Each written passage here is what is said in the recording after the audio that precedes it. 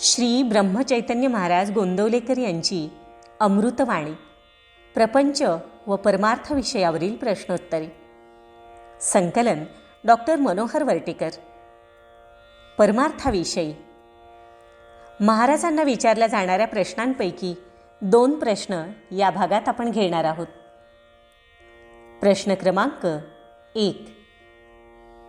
महाराज, काही गुरु शक्तिपात करतात, ते चांगलं आहे की नाही?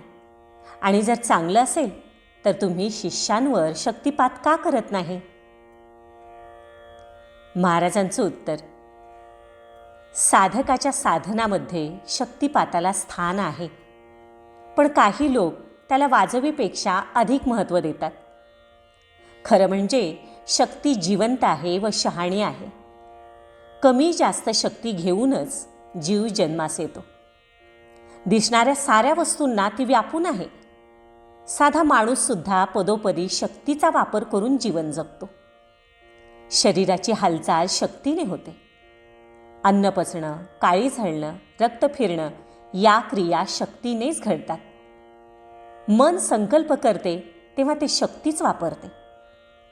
पण माणसाला शब्दाच्या शक्तीचा सर्वात जास्त अनुभव येतो. साहेबाच्या किंवा राजाच्या शब्दाला केवढी शक्ती असते. हे जर खरं तर विश्वाचा राजा जो राम, त्याच्या शब्दामागे केवढी प्रचंड शक्ती असेल याची कल्पना करा. रामाचा शब्द म्हणजे त्याचा आदेश होय, पण सामान्य माणसाला तो होत नाही.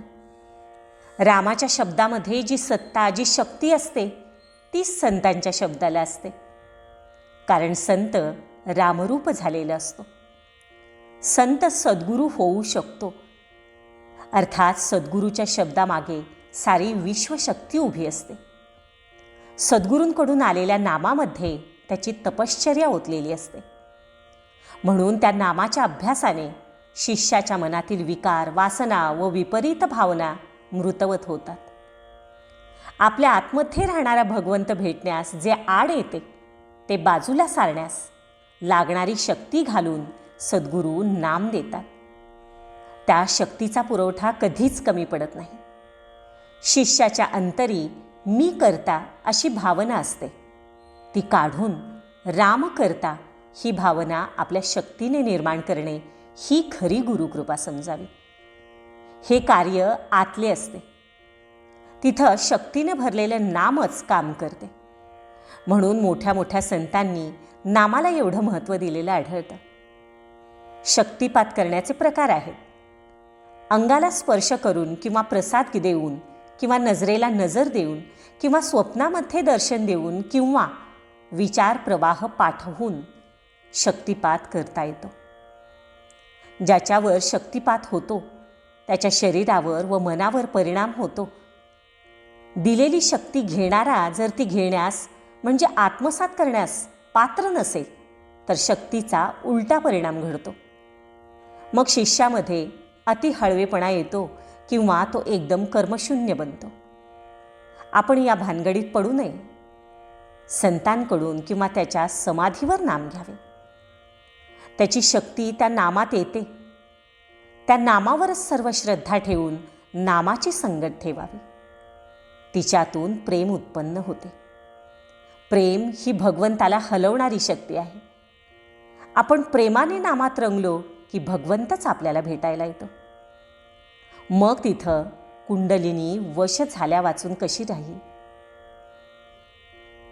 प्रश्न क्रमांक 2. चमत्कार करणारा माणूस आत्मज्ञानी असतो का? महाराजांचं उत्तर: एखादा माणूस हठयोग, मंत्रविद्या वगैरे साधन करून काही सामर्थ्य मिळवून मी सिद्ध झालो असं म्हणतो. सिद्ध म्हणून जगामध्ये प्रसिद्धीही मिळवतो. दिवसा मशाली पाजळून आपल्या सामर्थ्यांचे प्रदर्शन करतो. मेलेल्याला उठवण्यासारखे अद्भुत वाटणारे चमत्कार करतो. त्यामुळं त्याच्यासमोर बोलण्यासही कोणी धजत नाही.